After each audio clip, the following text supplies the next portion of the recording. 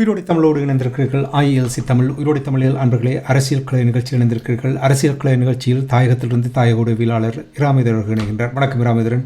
வணக்கம் தரானா, அன்புறவுகளுக்கும் நேர வணக்கம். உங்களுக்கும் வணக்கத்தை தெரிவித்துக் கொண்டு இன்றைய அரசியல் கலை நிகழ்ச்சியில் நாங்கள் சமீபத்தில் நடந்த ஒரு சம்பவத்தை பார்க்கிறோம். நாடாளுமன்ற உறுப்பினர் அர்ஜுனா தமிழகம் சென்றதும் அங்கே சந்திப்பு, அந்த சந்திப்பினூடாக நடைபெற்ற விடயங்கள் சர்ச்சையை ஏற்படுத்தியிருப்பது போல் தெரிகின்றது. இவருடைய இந்த தமிழகத்துக்கான இந்த பயணம் தொடர்பாக எங்களுடைய உறவுகளுக்கு இதனுடைய பின்னணி என்ன என்றதை முதலில் கூறுவீர்களா? உண்மையில் பாராளுமன்ற உறுப்பினர் வைத்தியர் அர்ஜுனா தலைமையிலான குழுவினர் தமிழகத்துக்கு சென்று சில நாட்கள் அங்கே தங்கியிருக்கின்றார்கள். அவர்கள் சென்ற பயணம் உண்மையிலே மிகப்பெரிய ஒரு பேசு பொருளாக கூடிய அளவுக்கு தினம் தினம் அது தொடர்பான விடயங்கள் சமூக வலைத்தளங்களை ஆக்கிரமித்திருந்ததை பார்க்கக்கூடியதாக இருந்தது. அதை கடந்து இவர்கள் அங்கே சென்று முக்கியமாக இவர்களுடைய பயணம் என்பது ஒரு பிஹைண்ட் பூட்ஸ் என்று சொல்லக்கூடிய அந்த யூடியூப் சேனல், அந்த அவர்கள் ஒரு நிகழ்ச்சி ஒன்றை அங்கே ஏற்பாடு செய்திருந்தார்கள். அந்த நிகழ்ச்சியிலே பங்கு பெற்றுவதற்காகத்தான் இவர் டாக்டர் அர்ஜுனா அவர்கள் அங்கே சென்றிருக்கின்றார். குறிப்பாக தமிழக முதலமைச்சராக இருக்கக்கூடிய நடிகர் விஜய் அவர்களுடைய பதவியேற்புக்கு பின்னரான நிலைமையிலே அது தொடர்பான ஒரு விவாத நிகழ்ச்சி, ஒரு நிகழ்வு ஒன்று அங்கே ஏற்பாடு செய்யப்பட்டிருக்கின்றது. அதிலே பாராளுமன்ற உறுப்பினர் டாக்டர் அர்ஜுனா அவர்கள் அதிலே ஒருவராக அங்கே அழைக்கப்பட்டிருக்கிறார். ஏற்கனவே அர்ஜுனா அவர்கள் தேர்தல் காலத்திலே, தமிழக தேர்தல் காலத்திலே நடிகர் விஜய் அவர்களுக்கு ஆதரவாக தொடர்ச்சியாக கருத்துக்களை வெளியிட்டு வந்ததும், இலங்கை பாராளுமன்ற அமர்வில் கூட விஜய் தொடர்பான விடயங்களை அங்கே அவர் பேசி தன்னுடைய கடைசி ஆசை விஜய் அவர்கள் தமிழக முதல்வராக பதவியேற்கின்ற அந்த தருணத்தை தன்னுடைய 2 கண்களால் காண வேண்டும் என்பது தன்னுடைய கடைசி ஆசை என்பதாக பாராளுமன்றத்தில் கூட அந்த விடயத்தை அவர் பேசி ஒரு உலக கவனத்தை தன்பால் ஈர்த்திருந்தார். அவருடைய அணுகுமுறை என்பது அதுவாகத்தான் இருக்கின்றது. இந்த விடயத்தை பேசினால் தான் ஒரு பிரபல்யமாக முடியும், தன்னை எல்லாருமே பேசுவார்கள், தான் எப்போதுமே ஒரு பேசு பொருளாக இருக்க வேண்டும், அதனூடாக தனக்கான அதாவது செயல்பாட்டை விட இப்படியான சர்ச்சைக்குரிய விவகாரங்களிலே தன்னை ஈடுபடுத்துவதன் ஊடாக தன்னை எப்போதுமே ஒரு பேசு பொருளாக வைத்திருக்க வேண்டும் என்று விரும்பக்கூடிய ஒரு மனநிலை உள்ள ஒருவராகத்தான் டாக்டர் அர்ஜுனா அவர்கள் ஆரம்பத்திலிருந்தே இப்போது வரை அவர் இருந்து வருகின்றார். ஆகவே அந்த வெளிப்பாடாக அதை பார்க்கப்பட்டது. ஆகவே அங்கே தமிழகத்திலே செயல்படுகின்ற அந்த பிஹைண்ட் பூட்ஸ் என்ற அந்த யூடியூப் தளம் கூட தங்களுடைய அந்த வருமானத்துக்காகவும் இல்லை தங்களுடைய அந்த தளத்தை மேலும் பிரபல்யப்படுத்துவதற்காகவும் இப்படியான பிரபல்யங்களை அழைத்து நிகழ்ச்சிகளை செய்வதனூடாக தங்களுடைய இலக்குகளை அவர்கள் அடைய வேண்டும் என்ற ஒரு எண்ணத்திலே அவர்கள் ஒரு தனிப்பட்ட ஒரு உத்தியோகபூர்வமாக தமிழக அரசுடனான சந்திப்பாகவோ இல்லை தமிழக அரசினுடைய அழைப்பின் பேரிலான சந்திப்பாகவோ இல்லை வேறு எந்த ஒரு விடயமோ இல்லாமல் ஒரு தனியே இவர் ஒரு பிரபலம், இவர் ஏற்கனவே ஒரு டிக்டாக் பிரபலமாக, ஒரு சமூக வலைத்தள பிரபலமாகத்தான் இவர் இந்த தமிழ் தேசிய பரப்புக்குள்ளாக, குறிப்பாக இந்த சாவச்சேரி வைத்தியசாலை அடிப்படையாக கொண்டு உள்ளே வந்து பின்னர் அரசியலிலே சுயேட்சையாக போட்டியிட்டு பாராளுமன்ற உறுப்பினராக வந்து இந்த நொடிப்பொழுது வரை தன்னை ஒரு சமூக வலைத்தள பிரபலமாக தான் அவர் தன்னை முதன்மைப்படுத்தி கொண்டு வருகின்றார். அதுதான் தன்னுடைய ஒரு செயல்பாட்டு ஆயுதமாகவும் செயல்பாட்டு களமாகவும் அவர் நம்புகின்றார். ஆகவே அப்படிப்பட்ட ஒரு பிரபலத்தை தங்களுடைய வியாபார நோக்கத்துக்காக, விளம்பர நோக்கத்துக்காக அவர்களும் பயன்படுது. இவரும் அவ்வாறாக ஒரு தமிழகத்திலே ஒரு பரந்துபட்ட வாசகர் தளத்தை கொண்டிருக்கக்கூடிய அந்த சமூக வலைத்தள தரப்பினருடைய அனுசரணையோடு தன்னையும் தமிழக அரசியலுக்குள் அந்த ஒரு வட்டத்துக்குள்ளாக விரிவுபடுத்தலாம் என்கின்ற நோக்கத்தோடும் இவருடைய பயணம் அது அமைந்திருந்தது. ஆகவே உண்மையாக இந்த பயணத்துடைய நோக்கம் என்பது இதுவாகத்தான் இருந்தது. சென்ற இடத்திலே அவர் கூட சில நாட்கள் அங்கே இருந்து அந்த தொடர்புகளின் ஊடாக தமிழக முதலமைச்சர் நடிகர் விஜய் அவர்களை சந்திப்பதற்கான அதி தீவிரமான முயற்சியில ஈடுபட்டிருந்தார்கள். அது எந்த விதத்திலுமே ஒரு பயனளிக்காத நிலைமையிலே நான் நினைக்கிறேன் கல்வித்துறை அமைச்சராக இருக்கக்கூடிய ஒருவரையும் நடிகர் விஜயனுடைய தமிழக வெற்றி கழகத்தினுடைய ஒரு முக்கிய நபராக பார்க்கப்படுகின்ற ஆதவ அர்ஜுனா அவர்களையும் இவர்கள் சந்தித்து திரும்பி இருக்கின்றார்கள். இதை தவிர அங்கே ஒரு பெரிய அளவிலான ஒரு முக்கியமான சந்திப்புகளோ இல்லை வேறு எந்த விடயங்களுமே இடம்பெற்றதாக அறியக்கூடியதாக இல்லை. அவர் பேசிய விடயங்களும் அவர்களாக ஏற்படுத்தி கொண்ட அந்த விளம்பர அடிப்படையிலான பிரச்சார அடிப்படையிலான அந்த தகவல் பரிமாற்றங்களும் தான் ஏதோ தமிழகத்திலே ஒரு மிகப்பெரிய ஒரு சூறாவளி சுற்றுப்பயணத்தை மேற்கொண்டிருக்கின்றார். தமிழகம் முழுவதும் எங்கு சென்றாலும் அமோக வரவேற்பு என்பதை போன்ற ஒரு தோற்றப்பாடு காட்டப்பட்டிருக்கிறதே தவிர, உண்மையாக மருத்துவர் அர்ச்சுனா அவர்களுடைய தமிழக பயணம் என்பது ஒரு தனிப்பட்ட ஒரு யூடியூப் சேனலுடைய நிகழ்ச்சிக்காக சென்று அவர்களுடைய ஏற்பாட்டிலே அங்கே அவர்கள் சார்ந்த அந்த யூடியூப் தளம் சார்ந்து இருக்கக்கூடிய அவர்களுடைய உறுப்பினர்கள் இல்லை அவர்களுடைய குடும்ப நண்பர்களுடன் ஒரு சில சந்திப்புகள், அதை கடந்து இரண்டு அமைச்சர்களுடனான சந்திப்பு, இதை தவிர்த்து அவர்களினால் ஒரு வேறு எந்த ஒரு ஆக்கப்பூர்வமான சந்திப்புகளையும் அங்கே மேற்கொள்ள முடியவில்லை என்பதுதான் இது தொடர்பாக நாங்கள் அறிகின்ற போது தெரியக்கூடியதாக இருக்கின்றது. நீங்கள் இந்த விடயங்களை கூறும் பொழுது தமிழகத்தில் இவருடைய இந்த பயணத்திற்கு ஊடகங்களில் பெரிய ஒரு முக்கியத்துவம் கொடுத்தது போல் தெரிகின்றது. ஆனால் உங்களுக்கு தெரியும், கடந்த காலங்களில் எல்லாம் நீங்கள் பார்த்துக்கின்றால் தமிழ் தேசிய அரசியல்வாதிகள் செல்லும் பொழுது இவ்வாறான வகையில் முக்கியத்துவம் கொடுக்கப்படுவதில்லை. என்ன காரணம் என்று நீங்கள் அவதானிக்கிறீர்கள்? இல்லை, அவ்வளவு பெரிய அளவிலே என்னால் அதை அடையாளப்படுத்த முடியவில்லை. நான் குறிப்பிட்டதை போன்று அந்த யூடியூப் தளங்களை சேர்ந்தவர்களால் மட்டும்தான் டாக்டர் அர்ச்சுனா அவர்களுடைய விடயங்கள் அங்கே முதன்மைப்படுத்தப்பட்டிருக்கின்றதை தவிர, தமிழகத்தை மையமாக கொண்டு செயல்பட்டு வருகின்ற பிரதான ஊடகங்கள், மெயின் ஸ்ட்ரீம் மீடியா என்று சொல்லக்கூடிய எந்த ஒரு ஊடகங்களும் இவர்களை அணுகியதாகவோ, இவர்களுக்கு முக்கியத்துவம் கொடுத்ததாகவோ, இவர்களை அழைத்து ஒரு நிகழ்ச்சி செய்ததாகவோ, நேர்காணல் செய்ததாகவோ எதையுமே அறிய முடியவில்லை. முழுக்க முழுக்க அந்த பிஹைண்ட் பூட்ஸ் என்று சொல்லக்கூடிய அந்த யூடியூப் தளம் அவர்கள்தான் இவர்களை அழைத்திருக்கின்றார்கள். அவர்கள்தான் அந்த சந்திப்புகளை, இந்த விடயங்களை எல்லாம் அவர்கள் பேசுபொருளாக்கி இருக்கின்றார். இப்ப ஏனைய இடங்களிலே இவர் திருமாவளவன் தலைமையிலே அவர்களுடைய கட்சியினால் முன்னெடுக்கப்பட்ட மே 18 நினைவேந்தல் நிகழ்ச்சியிலே அங்கே சென்று உரையாற்றி இருக்கின்றார். அது சில ஊடகங்களே வெளிவந்திருக்கின்றது. அவை கூட அங்கே நாம் தமிழர் கட்சியினுடைய தலைவர் சீமான் அவர்கள் தொடர்பாக இவர் கூடிய சர்ச்சைக்குரிய கருத்துக்களின் காரணமாக அந்த விடயங்கள், ஏனால் அங்கே நாம் தமிழர் கட்சி சீமான் அவர்களுடைய விடயங்களுக்கு எதிர்வினையாற்றுபவர்களுக்கு தமிழக ஊடகத்திலே ஒரு முக்கியத்துவம் கொடுக்கப்படுகின்றது. சீமானவர்களுக்கு பலகீனப்படுத்துவதற்கோ இல்லை அவர்களுடைய அரசியலை பலகீனப்படுத்துகின்ற நோக்கத்தோடும் அவ்வாறான விடயங்கள் ஒரு நீண்ட காலமாக முன்னெடுக்கப்பட்டு வருகின்றன. அந்த வகையிலே இது கவனிக்கப்பட்டிருக்கின்றே தவிர, மருத்துவர் அர்ச்சுனா, இலங்கையிலுடைய பாராளுமன்ற உறுப்பினர் அர்ச்சுனா அவர்களுடைய தமிழக பயணம் என்பதற்காக அங்கே ஊடகங்கள் விழுந்தடித்துக் கொண்டு இவருக்கு முக்கியத்துவம் கொடுக்கவில்லை. இவரை அவர்கள் வரவேற்கவும் இல்லை. அப்படி எந்த ஒரு ஊடகத்திலும் நான் முன்ன குறிப்பிட்டதை போன்ற ஒரு மெயின் ஸ்ட்ரீம் மீடியாவாக அடையாளப்படுத்தப்படுகின்ற அச்சு காணொளி ஊடகங்கள் எதிலுமே இவர்களுக்கான முக்கியத்துவம் வழங்கப்படவில்லை என்பதைத்தான் நான் அறிகின்றேன். அதை விட நீங்கள் கேட்டதை போன்று அப்படி கூட இல்லை. இப்ப இதற்கு முன்னர் தமிழ் தேசிய பரப்பில் உண்மையிலே பலர் சென்றிருக்கின்றார்கள். அநேகமாக சிவஞானம் ஸ்ரீதரன் அவர்கள், தமிழக கட்சியைச் சேர்ந்த சிவஞானம் ஸ்ரீதரன் அவர்கள் அடிக்கடி தமிழக விஜயம் சென்று வருபவர். அதே போன்று நீதியரசர் சி வி விக்னேஸ்வரன் அவர்கள் கூட அங்கே சென்று வந்திருக்கின்றார். அதே போன்று கஜேந்திரகுமார் பொன்னம்பலம் தரப்பினர் அண்மையிலே ஒரு முதல் தடவையாக இந்த தமிழ் தேசிய பேரவையாக சென்று வந்தார்கள். மற்றும் வடக்கு மாகாண சபையினுடைய முன்னாள் மகளிர் விவகார அமைச்சராக இருக்கக்கூடிய அனந்தி சசிதரன் அவர்கள் தமிழகத்துக்கு சென்று வந்திருக்கின்றார். இவர்கள் எல்லாம் அந்த நான் முன்ன குறிப்பிட்டதை போன்று மெயின் ஸ்ட்ரீம் மீடியாக்கள் இவர்களை மதித்து, இவர்களை அழைத்து, இவர்களிடம் ஒரு ஆக்கப்பூர்வமான நேர்காணல்களை செய்து அதை தங்களுடைய ஊடகங்களிலே அவர்கள் வெளிப்படுத்தி இருக்கின்றார்கள்.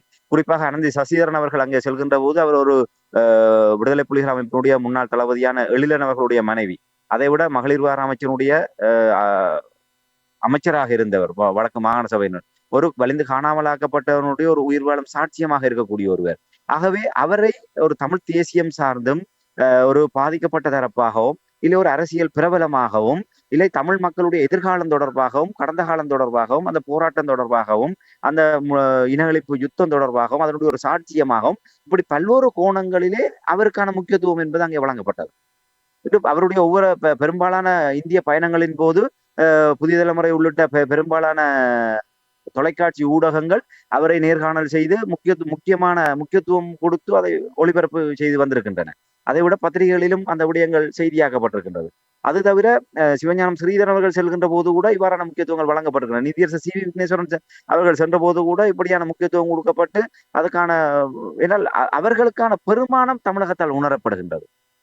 இன்று தமிழ் தேசிய பேரவை அங்கே சென்ற போது கூட இவர்கள் தேர்தலுக்கு முன்னர் இவர்கள் சென்று எல்லோருமே சந்தித்த போது கூட அந்த விடயங்கள் எல்லாம் தமிழக ஊடகங்களில் அது செய்தியாகி இருந்தது. இவர்கள் இந்த தமிழ் மக்களுடைய அரசியல் தீர்வுக்கு தமிழக கட்சிகள் ஒத்துழைக்க வேண்டும், சமஷ்டி கோரிக்கையை ஏற்றுக்கொள்ள வேண்டும், அதை வலுப்படுத்த வேண்டும் என்ற இவர்களுடைய கோரிக்கைகள் எல்லாம் அங்கே தமிழக ஊடகங்களிலே செய்தியாக்கப்பட்டிருந்தது. ஆகவே அந்த அளவு தூரத்துக்கு அது என்னன்னு சொன்னால் ஒரு ஆக்கபூர்வமானது. சொல்வார்கள், ஆமை சத்தம் இல்லாமல் 1000 முட்டையை இட்டுவிட்டு அமைதியாக இருந்து விடும். ஒரு கோழி ஒரு முட்டையை இட்டுவிட்டு ஊரை கூப்பிட்டு கூப்பாடு போட்டு நான் முட்டை இட்டு விட்டேன் என்று சொல்வதை போன்றுதான் இந்த விடயம் இருக்கின்றது. அவர்கள் சென்றார்கள், வந்தார்கள், அந்த தடமே தெரியாது. ஆனால் ஊடகங்கள் ஊடாக அதற்கான முக்கியத்துவம் அங்கே வழங்கப்பட்டிருந்தது. ஆனால் அர்ஜுனா அவர்கள் அங்கே சென்றார். எவ்வளவு தூரத்துக்கு அங்கே முக்கியமான ஊடகங்களினால் அவர் கவனிக்கப்படவும் இல்லை. முக்கியத்துவம் கொடுத்து தமிழ் மக்களுடைய ஒரு பிரதிநிதியாக அவர் உள்வாங்கப்பட்டு அவரிடம் கருத்துக்கள் கேட்கப்படவும் இல்லை. அவர் சொன்ன சர்ச்சைக்குரிய கருத்துக்கள் காரணமாக அதை அடிப்படையாக வைத்துக்கொண்டு நாங்கள் சமூக வலையினால் இன்று சமூக வலைத்தளங்களின் ஊடாகத்தான் முழுமையான தரிசிப்பு எல்லோராலும் அவதானிக்கப்படுகின்றது.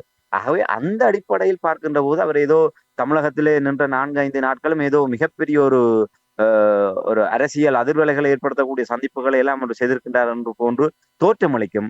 ஆனால் அது ஒரு என்ன சொல்வது, ஒரு கண்கட்டு வித்தையை போன்ற இந்த சமூக வலைத்தளங்களின் ஊடாக மேற்கொள்ளப்பட்ட ஒரு பிம்பமே தவிர உண்மையாக தமிழக ஊடகங்களோ இல்லை அரச தரப்புகளோ வேறு எவருமே அவரை ஒரு ஏறெடுத்தும் பார்க்கவில்லை என்பதைத்தான் இந்த இடத்துல என்னால் சொல்லிக்கொள்ள முடியும்.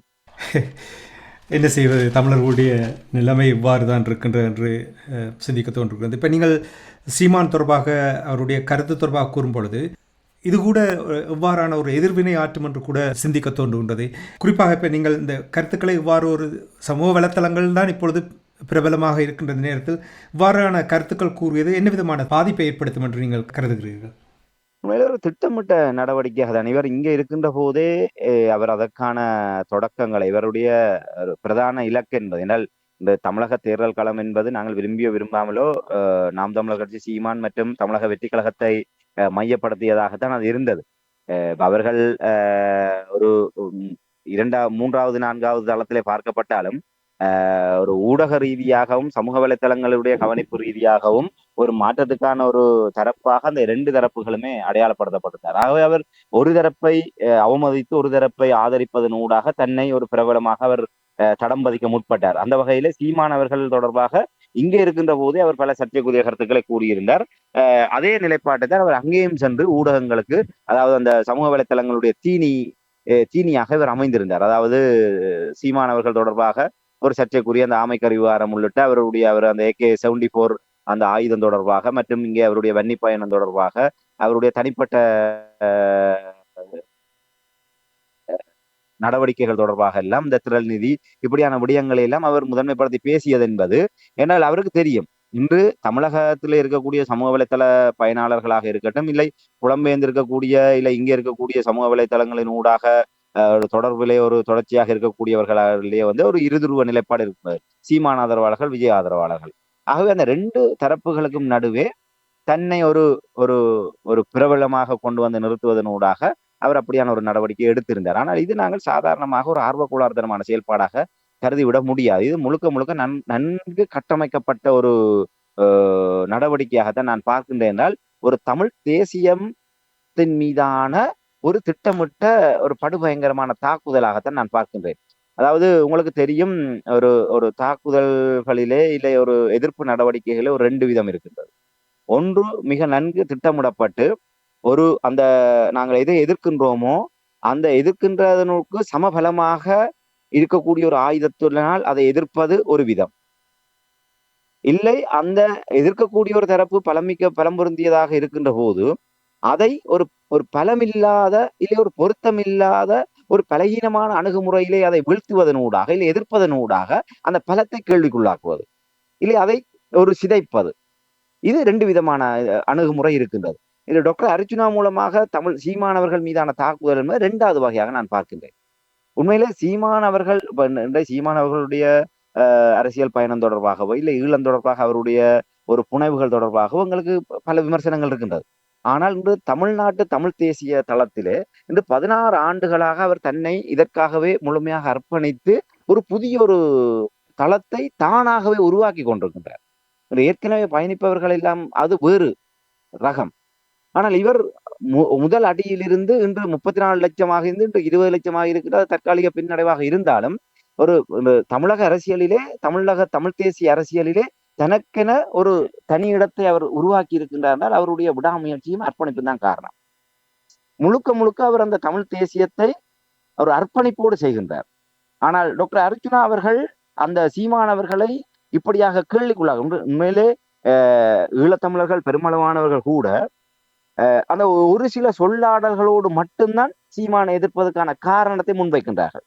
ஆமைக்கறி விவகாரம், மானூறுகாய் விவகாரம், AK-74 விவகாரம், அதே போன்று இந்த மேதகவி பிரபாகரன் அவர்கள், எங்களுடைய தலைவர் பிரபாகரன் அவர்கள் தொடர்பாக அவர் தனக்கு விருந்து உபசாரம் செய்த விடயத்தை அவர் சொல்கின்ற போது அவரை ஒரு சமையல்காரனாகவும் ஒரு சமையல் உணவு பரிமாறுவர் என்ற அளவுக்கு ஒரு ஒரு கேவலமான நிலைமையில சீமான் கொண்டு வந்து நிறுத்தி இருக்கின்றார்.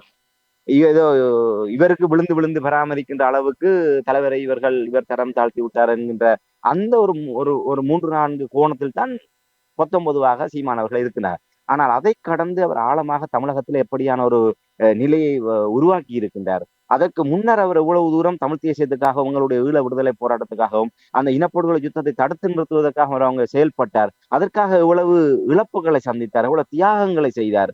இன்று வரை அவர் எப்படி அந்த விடயங்களை சரியான முறையில முன்னெடுத்து செல்கின்றார் என்ற எந்தவித ஒரு தரிசனமோ பகுப்பாய்வோ இல்லாமல் இந்த 19 இந்த ஒரு சொல்லாடல்களை மட்டுமே வைத்துக்கொண்டு இப்ப இதை நாங்கள் யாருமே மறக்கவும் முடியாது. இதுக்கு நாங்க விஞ்ஞான விளக்கம் கொடுக்கவும் முடியாது.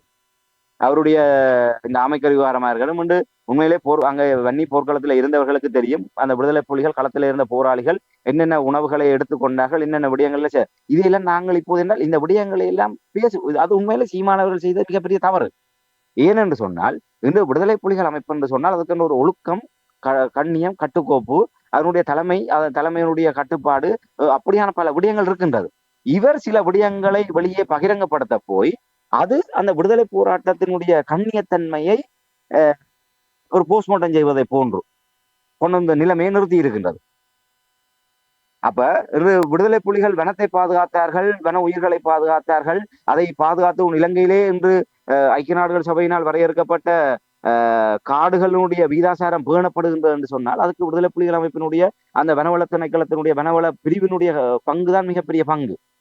ஆனால் அதை நாங்கள் பேசுகின்ற போது சீமானவர்கள் எனக்கு மானை அடித்து ஊறுகாய் போட்டு தந்தார்கள், நான் மான் இறைச்சி சாப்பிட்டேன், மர இறைச்சி சாப்பிட்டேன் என்று சொன்னால் அப்ப காட்டில் இருக்கிற விலங்குகளை வேட்டையாடி விருந்தினர்களுக்கு உபசரிக்கின்ற அளவுக்கு தான் அங்கே இருப்பவர்களை வேட்டையாட கட்டுப்படுத்தி விட்டு இவர்களுக்கு இப்படியான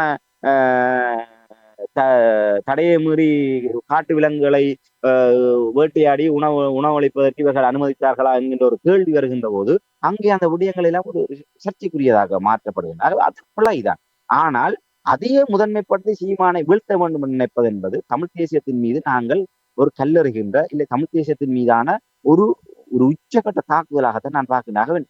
அர்ச்சுனா அவர்கள் தன்னுடைய பிரபல்யத்துக்காக இதை செய்ய பிரபல்யத்துக்காக அவர் செய்வதாக இருந்தால் நடிகர் விஜய் அவர்களை ஆதரிப்பதோடு மட்டுமே நிறுத்தி கொண்டாலே அவர் பிரபல்யமாகி விடுவார் இன்றைய சமகாலத்திலே. ஆனால் சீமானவர்களை போகிற போக்கிலே இவர் தாக்குவது என்பது இன்று அவர் சீமானை மட்டும் தாக்கவில்லை. இன்று தமிழ் தேசியம் இன்று நீங்கள் பார்த்தீர்களானால் தாயகத்திலே தமிழ் தேசிய அரசியலை ஒரு சந்தி சிரிக்க செய்கின்ற அளவுக்கு அவர் அதை அம்பலப்படுத்தக்கூடிய வகையிலே அவருடைய அந்த செயல்பாடுகள் என்பது தமிழ் தேசியத்தின் மீதான மதிப்பையும் நன்மதிப்பையும் அது தொடர்பாக இருக்கக்கூடிய கொஞ்ச நெஞ்ச ஒரு கட்டமைக்கப்பட்ட அந்த ஈடுபாட்டையும் சிதைக்கின்ற வகையில் தான் இவருடைய செயல்பாடுகள் இருக்கின்றது. ஆகவே இவருடைய நோக்கம் என்பது இன்று நாங்கள் இதை ஒரு வலுவான ஒரு பின்னணியில பார்க்கின்ற போது ஆயுதங்கள் மௌனிக்கப்பட்டதற்கு பிற்பாடு தமிழ் தேசிய அரசியலிலே அந்த விடுதலை புலிகளுடைய தொடர்ச்சி இருக்கக்கூடாது என்பது தமிழ் மக்களை அழித்தொழித்த இலங்கை அரசாங்கம், இந்திய பன்னாட்டு அரசுகளுக்கும் அதோடு இணைந்த புலனாய்வு கட்டமைப்புகளுடைய பிரதான நிகழ்ச்சி நிரல் என்பது தமிழ் தேசிய அரசியலை சிதைக்க வேண்டுமாக இருந்தால் அந்த புலிகளுடைய தொடர்ச்சியை அறுக்க வேண்டும். அதன் காரணமாகத்தான் தமிழ் தேசிய கூட்டமைப்பு என்பது திட்டமிட்டு அழிக்கப்பட்டு இன்று எங்கே வந்து நிற்கின்றது என்பதை நாங்கள் நீண்ட காலமாக பார்த்து வருகின்றோம். அதிலே புலிநீக்க அரசியலை முதலிலே கையில் எடுத்தார்கள், அதுக்கு பின்னர் தமிழ் தேசிய நீக்கத்தை எடுத்தார்கள். இன்று அதை சுமந்திரனை வைத்து அவர்கள் மிக கச்சிதமாக அந்த விடயங்களை எல்லாம் செய்து இன்று வடக்கு கிழக்கு தலைமை முகமாக இருக்கக்கூடிய தமிழரசு கட்சியே இன்று அந்திம காலத்தில் இருக்கக்கூடிய அளவுக்கு கொண்டு வந்து சவப்பட்டியிலே அடைக்கப்பட்டு இறுதி ஆணி அடிக்கின்ற வேலையிலே கொண்டு வந்து நிறுத்தி இருக்கின்றார்கள். இப்போது அர்ச்சுனா போன்ற ஒரு தரப்பினரை நாங்கள் அந்த முதல் குறிப்பிட்டதை போன்று இவர்கள் எல்லாம் எந்த விதத்திலுமே நாங்கள் ஒரு மக்கள் பிரதிநிதியாகவோ இல்லை ஒரு சமூக செயல்பாட்டாளராகவோ இல்லை சமூகத்திலே மக்களை தலைமை தாங்கக்கூடியவர்களாகவோ எந்த ஒரு வகையிலுமே ஒரு நாங்கள் தகுதி நிலையோடு பார்க்க முடியாத ஒரு தரப்பு. ஆகவே நாங்கள் அவ்வாறான ஒரு ஒரு ஒரு மலிவான வார்த்தை பிரயோகங்களினூடாக அவர்களை அழைக்க விரும்பவில்லை. இவர்களை நாங்கள் மதிக்கவே முடியாது என்கின்ற ஒரு வகைப்படுத்தப்பட்ட ஒருவரை கொண்டு வந்து இந்த விடயங்களை எல்லாம் கேள்விக்குள்ளாகுகின்ற போது, என்னால் இவர்களுக்கு அதாவது வெக்கம், மானம், சூடு, சொரணை எதுவுமே கிடையாது. அப்படி இல்லாதவர்களினால் எதையுமே செய்ய முடியும். இப்ப தங்கள் மீதே வாந்தி எடுக்க முடியும். ஒரு குடிகாரன் குடித்துவிட்டு வாந்தி எடுத்து கிடக்கின்ற போது அவனுக்கு தெரியாது. ஏனால் அவனுக்கு போதை தெளிகின்ற போதுதான் தெரியும் தான் எப்படி இருந்தேன் என்று. அதே போன்ற ஒரு நிலையில் தான் இவர்களுடைய செயல்பாடு என்ன, இவர்களுக்கு அதனால எந்தவித நன்மையும் அதாவது அ பாதிப்புகளும் இவர்கள் வந்தால் கூட அவர்களுடைய இலக்கு என்பது வேறு. ஆகவே தமிழ் தேசியத்தை தாயகத்திலும் அ தமிழகத்திலும் அந்த தமிழ் தேசியத்தையும், அந்த தொப்புள் கொடி உறவையும் சிதைக்கின்ற ஒரு நிகழ்ச்சி நிரலாக அ சுமந்திரன் அவர்கள் ஒரு விதமாக காய் நகர்த்தப்பட்டுக் கொண்டிருக்கின்றார் என்றால், டாக்டர் அர்ச்சுனா அவர்கள் தமிழ் தேசிய அரசியலுக்கு கொண்டு வருகின்ற போதே நாங்கள் ஆபரேஷன் அர்ச்சுனாவினுடைய விடயத்தை நாங்கள் அப்போதே மிக தெளிவாக பார்த்திருந்தோம். இவர் உண்மையிலே அரசியலிலே கொண்டு வரப்பட்டது என்பது ஒரு ஆக்கபூர்வமான செயல்பாடு அல்ல. இது தமிழ் தேசியத்தை வெட்டி வீழ்த்துகின்ற கோடரி காம்பாக இது மாறும் என்பதை நாங்கள் அப்போதே கூறியிருந்தோம். ஆக இப்போது சீமான் அவர்கள் மீதான விமர்சனம் என்பது இன்று ஏற்கனவே தமிழகத்துக்கும் ஈழத்துக்கும் இடையிலான விரிசல் என்பது இந்த இந்திய மீனவர்களுடைய விவகாரத்திலே பூதாகரமாக அது மாறி இருக்கின்றது. அது மட்டுமல்லாமல் இந்த சமூக வலைத்தளங்களில் இப்போது இந்த தேர்தலை மையப்படுத்தியதாக அந்த இருதுருவ கருத்து மோதல் என்பது மேலும் அது ஒரு ஒரு ஆரோக்கியமற்ற நிலைமையை நோக்கி சென்று கொண்டிருக்கின்றது. இப்போது அர்ஜுனா அவர்கள் ஒரு மக்களால் தெரிவு செய்யப்பட்ட ஒரு பாராளுமன்ற உறுப்பினர் என்கின்ற அந்த அங்கீகாரத்தோடு அங்கே சென்று இந்த விடயங்களை எல்லாம் பேசுகின்ற போது ஒரு அருவருப்பான நிலையோடு இது வெறுமனே அர்ச்சுனா ராமநாதன் என்கின்ற தனிநபருடைய செயல்பாடாக மட்டுப்படுத்தப்படக்கூடிய விடயம் அல்ல. யாழ்ப்பாணம் மாவட்டத்திலே தேர்தல் மாவட்டத்திலே மக்களால் தெரிவு செய்யப்பட்ட ஒரு 27,000 மக்களுடைய வாக்குகளால் தெரிவு செய்யப்பட்ட ஒருவர் அந்த மக்கள் பிரதிநிதி என்கின்ற அடிப்படையிலான செயல்பாடு என்பது ஒட்டுமொத்த தமிழ் தேசிய அரசியல் மீதான இதையடி நாங்கள் சமன் செய்வதற்கு மிகப்பெரிய ஒரு போராட்டங்களை செய்ய வேண்டிய அதாவது போராட வேண்டிய நிலைமை இருக்கின்றது. இனி எங்கு சென்றாலும் இவர் எப்படிப்பட்டவர், இவருக்கும் தமிழ் தேசிய அரசியலுக்கும் என்ன வகிபாகம் இருக்கின்றது, இங்க யாருமே இவரை ஒரு பொருட்டாக கருதுவதில்லை என்கின்ற விளக்கங்களையும் நியாயப்படுத்தல்களையும் கொடுத்துத்தான் நாங்கள் அங்கே அடுத்த அடி எடுத்து வைக்க வேண்டிய ஒரு நிலைமை இருக்கின்றது. ஆகவே இது ஒரு மிகப்பெரிய அதாவது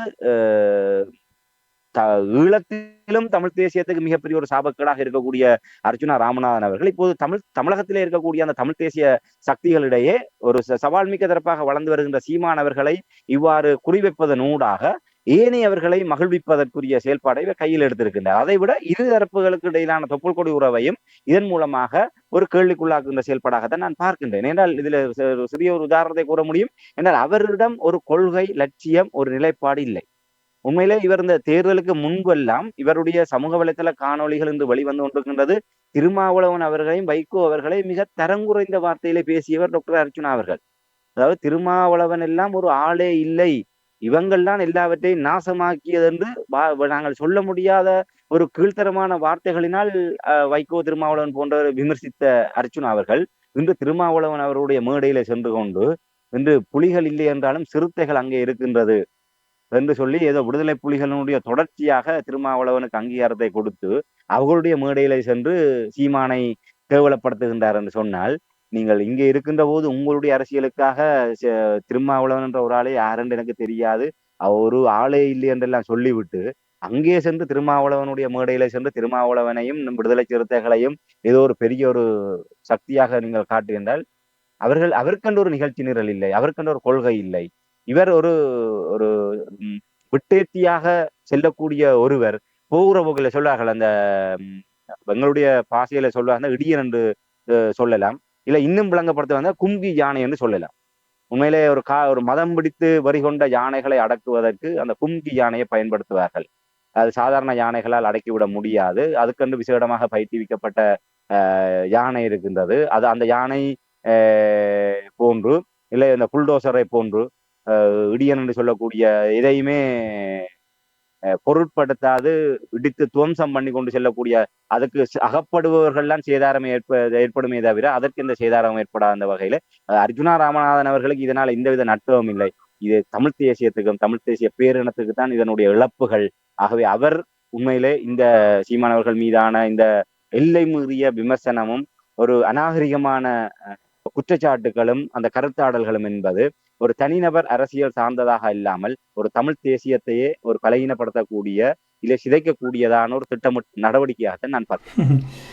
எனக்கு இந்த நேரத்தை நான் இதில் உங்களோடு உரையாடுவதே எனக்கு ஒரு வீணடைக்கின்ற ஒன்று சிந்திக்க தோன்றுகின்றது என்றால், இவ்வாறான ஒரு குழந்தை பிள்ளைத்தனமாக செயல்படுகின்ற இந்த விடயத்தை, அதாவது எந்த ஒரு அரசியல் அறிவு, அரசியல் ஞானம் ஒன்றும் தெரியாமல் அப்பப்பொழுது மக்களுடைய பிரச்சனைகளை சுட்டி காட்டிவிட்டால் எல்லாம் சரி என்று பார்த்த பொழுது, உங்களுக்கு தெரியும், ஒரு ஆண்டுக்கு முன்னர் நீங்கள் தான் முதலில் ஊடகத்தில் திட்டத்தெளிவாக இவருடைய மனோநிலை தொடர்பாக, இவருடைய செயல்பாடுகள் தொடர்பாக நீங்கள் கூறும் பொழுது உங்களுக்கு விழுந்த கல்லறி என்றால் எனக்கு இப்பொழுதும் ஞாபகம் இருக்கு. ஆனால் அவர்கள் எல்லோரும் இப்பொழுது திரும்பி நின்று இவனோட தாங்க முடியாமல் இருக்கென்று சொல்கிற அளவுக்கு அவராகவே அதை கொண்டு வந்திருக்கிறார். அப்போ நீங்கள் எப்படி கணித்திருக்கிறீர்கள் என்று உங்களுடைய கணிப்பிலிருந்து தெரிகின்றது. நாங்கள் இன்னொரு விடயத்தை நான் உங்களிடம் கேட்க விரும்புகிறேன். இவருடைய இந்த இந்திய பயணம் தொடர்பாக கூறும் பொழுது, இரு நாடுகளுக்கும் இடையில் கல்வி, கலாச்சாரம் தொடர்பான பேச்சுவார்த்தைகள், சில ஒப்பந்தங்கள் செய்வதற்கான ஒரு நிலைமையை ஏற்படுத்தியிருக்கிறது என்று அப்படி கூறுவதை பார்க்கும்பொழுது, இது என்ன உண்மையாக நடந்த ஒரு சம்பவமா அல்லது திட்டமிட்டு ஒரு இவ்வாறான ஒரு பிம்பத்தை ஏற்படுத்தும் ஒரு உள்நோக்கம் என்று நீங்கள் கருதுகிறீர்களா? இது தமிழக அரசு தொடர்பாக உத்தியோகபூர்வமான செய்தி அறிக்கையோ இல்லை வேறு எந்த விடயங்களோ இது தொடர்பாக வரவில்லை. இவர்கள் தங்களுக்கு இருக்கின்ற அந்த தொடர்புகள் மூலமாக இவர்களே ஒரு சமூக வலைத்தளங்களின் ஊடாக தங்களை பிரபலியப்படுத்தி கொண்டிருக்கின்ற நிலைமையிலே அவர்களாக வெளிப்படுத்திய செய்திகள்தான் இவை. அங்கே அமைச்சர்களோடு நான் நினைக்கிறேன் முதலாக தமிழக அரசில் இப்போது கல்வி அமைச்சராக இருக்கக்கூடிய ஒருவருடன் சந்திப்பை மேற்கொண்டார்கள். அந்த சந்திப்பின் போது இவர்கள் இரு நாடுகளுக்கு இடையிலே கல்வி வளர்ச்சி, கல்வி மேம்பாடு உள்ளிட்ட பல விடயங்கள் தொடர்பாக நாங்கள் கலந்துரையாடியதாக அவர்களாகவே அந்த செய்திகளை தங்களுடைய சமூக வலைத்தளங்களிலே வெளியிட்டுக் கொண்டிருந்தார்கள். ஆகவே இது தமிழக அரசு இது உண்மையிலே ஒரு நகைப்புக்குரிய விடயமாகத்தான் நான் பார்க்கின்றேன். என்றால் டாக்டர் அர்ஜுனா அவர்கள் உண்மையில ஒரு கட்சி, ஒரு சுயேட்சை குழு சார்பாக ஒரு பாராளுமன்ற உறுப்பினர். இலங்கை பாராளுமன்றத்திலே 225 பேரிலே அவர் ஒருவர். வடக்கு கிழக்கிலே தமிழ் மக்களால் ஒரு பொருட்டாகவே கருதப்படாத ஒருவர். தமிழ் தேசியத்தினுடைய எந்த ஒரு மூளை முடுக்கிலுமே தன்னை இணைத்துக் கொள்ளாத ஒருவர். அப்படிப்பட்ட ஒருவர் அங்கே சென்று எந்த பிரதிநிதியாக அங்கே அவர் பேச்சுவார்த்தையில ஈடுபட முடியும்? இது வெறுமனே இவர் ஒரு பாராளுமன்ற உறுப்பினர். நான் ஆரம்பத்தில் குறிப்பிடவே போன அந்த பிகைன் பூட்ஸ் என்று சொல்லக்கூடிய அந்த யூடியூப் தளத்தினுடைய ஏற்பாட்டிலே இவர் அங்கே சென்றார். சென்ற நேரத்தில் அங்கே இருக்கக்கூடிய தன்னுடைய செல்வாக்குகள் மூலமாக அந்த சந்திப்புகளை நடத்தி ஒரு மரியாதை நீத்த அவர்களும் ஒரு இலங்கையிலிருந்து பாராளுமன்ற உறுப்பினர் வந்திருக்கிறார். அவர்களாக விரும்பி சந்திக்கவில்லை. இவர் அழுத்தங்களை கொடுத்து அந்த இவரை அழைத்த தரப்பினர் ஊடாக இவர் இங்கே இருந்து தமிழக வெற்றி கழகத்துக்காக அரும்பாடுபட்டவர் என்று ஏதோ விடயங்களை எல்லாம் கூறி ஒரு அழுத்தங்களை கொடுத்து நெருக்கடிக்கு மத்தியில் தான் இந்த சந்திப்புகள் எல்லாம் இடம்பெற்றிருக்கின்றது. ஆகவே இது ஏதோ போனால் போகட்டும். இப்ப விஜய் ஒரு நடிகராக இருந்தவர், அவரை பல ரசிகர்கள் வந்து சந்திப்பார்கள். அதே போன்று இவரை ஒரு ரசிக மனப்பான்மையிலே சந்தித்ததை போன்று ஒரு மரியாதை நிமித்தமாக அந்த சந்திப்புகள் இடம்பெற்றிருக்கலாம். அதை கடந்து இந்த சந்திப்பு எந்த விதமான ஒரு தாக்கத்தை செலுத்தக்கூடிய சந்திப்புகளாக நாங்கள் கருத முடியாத, கருதுவோம் எங்களைத்தான் சிறுபிள்ளைத்தனமாக நினைப்பார்கள். ஏனால் இவர் ஒன்று இலங்கையினுடைய கல்வித்துறை அமைச்சர் போயிருக்க வேண்டும், இல்லை இலங்கையினுடைய அந்த கல்வித்துறை சார்ந்து கல்வி அமைச்சோடு சம்பந்தப்பட்டிருக்கக்கூடிய ஏதோ ஒரு குழுவினர் அங்கே சென்றிருக்க வேண்டும், இல்லை ஒரு தமிழ் தேசிய பரப்பிலே குறைந்தபட்சம் கடந்த தமிழ் தேசிய பேரவையாக அவர்கள் அங்கே சென்றார்கள். அவ்வாறு சென்ற போது ஒரு கூட்டாக, குறைந்தபட்சம் ஒரு கூட்டாக அவர்கள் ஒரு பெரிய ஒரு தரப்பாக இருந்தார்கள். இல்லை ஒரு வடக்கு கிழக்கிலிருந்து ஒரு சிவில் சமூகங்களினுடைய கூட்டமைப்பாக சென்றிருந்தால் கூட நாங்கள் எவ்வாறு ஈழத்துக்கும் தமிழ்நாட்டுக்கும் இடையே ஒரு கல்வி ரீதியான பிணைப்பை ஏற்படுத்துவது, எவ்வாறு தமிழகத்தில் இருக்கக்கூடிய உயர்கல்வி நிறுவனங்களோடு எங்களுடைய மாணவர்களுக்கான வாய்ப்புகளை தொடர்புபடுத்துவது என்ற விடயங்கள் தொடர்பாக கருத்து இல்லை. முதலமைச்சராக சி வி விக்னேஸ்வரன் அவர்கள் இருந்த போது, இல்லை நாளை ஒரு மாகாண சபை வந்து அந்த மாகாண சபை முதலமைச்சராக இருந்து கொண்டு தமிழகத்தில் சென்று அந்த தமிழகத்திலே இருக்கக்கூடிய அரசாங்கத்தோடு எவ்வாறு வடமாகாணத்துக்கும் தமிழ்நாட்டுக்கும் இடையிலே ஒரு கல்வி பாலத்தை ஏற்படுத்துவது, இல்லை ஒரு தொழில்துறை சார்ந்த எவ்வாறு உறவுகளை வலுப்படுத்துவது, எப்படி பல விடயங்களை எல்லாம் பேசுவதால் அதுக்கான ஒரு தகுதி நிலை வேண்டும். இவர் என்ன செல்வாக்கு செலுத்த போகின்றார்? இப்ப நாங்கள் எங்களுடைய எதிர்பார்ப்புகளை, அபிலாசைகளை நாங்கள் சும்மா வெளிப்படுத்தலாமே தவிர அது என்ன தாக்கத்தை ஏற்படுத்த போகின்றது? இல்ல இவர் சொல்லிவிட்டார் என்பதற்காக தமிழக கல்வித்துறை வந்து நடவடிக்கை எடுக்க முடியுமா? இல்ல இவர் ஊடாக நடவடிக்கை எடுக்க முடியுமா? இல்லை அவ்வளவு தூரத்துக்கு இவர் ஊடாகத்தான் நடவடிக்கை எடுத்து அவ்வாறான ஒரு உறவு நிலையை வலுப்படுத்துகிற நிலைமையிலே தமிழக வெற்றி கழகம் அரசு இருக்குமாக இருந்தால் அவர்களும் இவரை போன்ற ஒரு சிறுபிள்ளைத்தனமான ஒரு தரப்பாக தான் இருக்க முடியும். ஆகவே என்னை பொறுத்தவரை இது ஒரு தனிப்பட்ட ரீதியாக தங்களுடைய பிரபல்யத்துக்காக மேற்கொள்ளப்பட்ட சந்திப்புகளை தவிர இது ஒரு ஆக்கபூர்வமாக ஒரு இருதரப்பு குறைந்தபட்சம் அரசு என்று நாங்கள் சொன்னாலே அந்த சொல்லாடலை நாங்கள் பயன்படுத்துவதற்கு உண்மையிலே நாங்களே வெட்கப்பட வேண்டும் என்றால் அப்படி இலங்கை அரச தரப்பு சார்ந்து ஒரு தமிழ் பாராளுமன்ற உறுப்பினர் அங்கே சென்று எதையுமே செய்துவிட முடியாது. சரி, குறைந்தபட்சம் தமிழ் மக்கள் தரப்பிலே தமிழ் தேசிய பரப்பிலே செல்வதாக இருந்தால் கூட அதற்கான ஒரு தகுதி நிலையும் இருக்க வேண்டும். குறைந்தபட்சம் ஒரு வடக்கு கிழக்கு தழுவிய ஒரு கட்சியாக இருக்க வேண்டும், இல்லை அதிகபட்சம் பாராளுமன்ற உறுப்பினர்களை பெற்ற ஒரு தரப்பாக இருக்க வேண்டும். எதுவுமே இல்லை. அப்படி இல்லாத போது இது வெறுமனே ஒரு தனிநபர் தங்களுடைய பிரபல்யத்துக்காக மேற்கொள்ளப்பட்ட சந்திப்பும் பயணமுமே தவிர இதை கடந்து ஒரு துளி அளவும் இலங்கைக்கும் தமிழகத்துக்கும் இடையிலோ இல்லை ஈழத்துக்கும் தமிழகத்துக்கும் இடையிலோ எந்த விதமான ஒரு தாக்கத்தையும் இந்த சந்திப்பு, அதாவது ஒரு நேர்மறையான தாக்கத்தையும் ஏற்படுத்த போவதில்லை. நான் முன்னர் குறிப்பிட்டதை போன்ற எதிர்மறையான தாக்கத்தை தான் நிறைய ஏற்படுத்த போகின்றது. எனக்கு கேட்டுக்கொண்டிருக்கும் பொழுது தமிழ் மக்களுடைய அந்த பரிதாபமான நிலைமையை எப்படி சொல்வது, எப்படி விவரிப்பது என்று தெரியாமல் இருக்கின்றது. இவருடைய நிலைமைகளை நீங்கள் கூறும் பொழுது, தமிழ் அரசியல் பரப்பில் இருக்கிற நிலைமைகளை பார்க்கும் பொழுது, அந்த தமிழ் அரசியல் பரப்பில் அவர்கள் செய்கின்ற செயல்பாடுகளை வைத்து இத்தோடு ஒப்பிட்டு காட்டும் பொழுது அர்ஜுனா அவர்கள் அந்த விடயத்தை சுட்டி காட்டியிருக்கின்றார், அந்த ஊழலை சுட்டி காட்டியிருக்கிறார், அந்த முறைகேடுகளை சுட்டி காட்டியிருக்கிறார் என்று திருப்திப்படுத்தி கொண்டிருக்கிறார்கள். இராமேந்திரன், சுட்டி காட்டுவது, குறைகளை சுட்டி காட்டுவது நீங்களும் செய்யலாம், நானும் செய்யலாம். 6 வயது குழந்தையோட ஒரு அந்த இடத்தை போய் பார்த்து விட்டு அதில் இருக்கிற குறை நிறைய சொல்ல என்றால் யாரும் சொல்வார். ஆனால் இதுவரை இருந்த அறிவுள்ளவர்கள் கூட சிந்திக்க முடியாதவர்கள் அவர் செய்கின்ற திட்டங்களை பார்த்தீர்கள் என்றால் அந்த வேணுமென்று உசுப்பல் ஏற்றி விட்டு அந்த அரசியல் பரப்பில் பாரு அவர்கள் மற்ற மாதிரி செயற்பாடுகிறார்கள். இவர்கள் அந்த சமூகத்தின் மேலே உசுப்பலை ஏற்றி விடுவதை தான் நான் பார்க்கிறேன். அதையே திருப்திப்படுத்துகின்றார்கள். எங்களுடைய படித்தவர்கள் கூட அதை திருப்திப்படுத்துகிறார்கள் பொழுது எனக்கு அது சரியான மன வருத்தமாக இருக்கின்றது. இவ்வளவு தரம் இறங்கி இருக்கின்றதா தமிழ் தேசம்? தமிழ் இவ்வளவு வீரமாக போராடினார்கள் என்றெல்லாம் பறைசாத்துவார்கள். அறிவுள்ளவர்கள் இருக்கிறார்கள், ஐநாவில் இருக்கிறார்கள், டவுனிங் ஸ்ட்ரீட்டில் இருக்கிறார்கள், வெள்ள மாளிகையில் இருக்கிறார்கள்.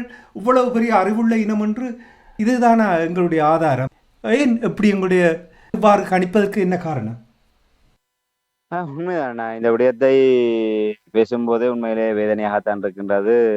உண்மையிலே இந்த எங்களுடைய மக்களுடைய மனநிலைகளே இன்று மாற்றமடைந்து விட்டது. அதாவது நுகர்வு ரசனை என்பது இன்று பலவிதமாக மாறி இருக்கின்றது.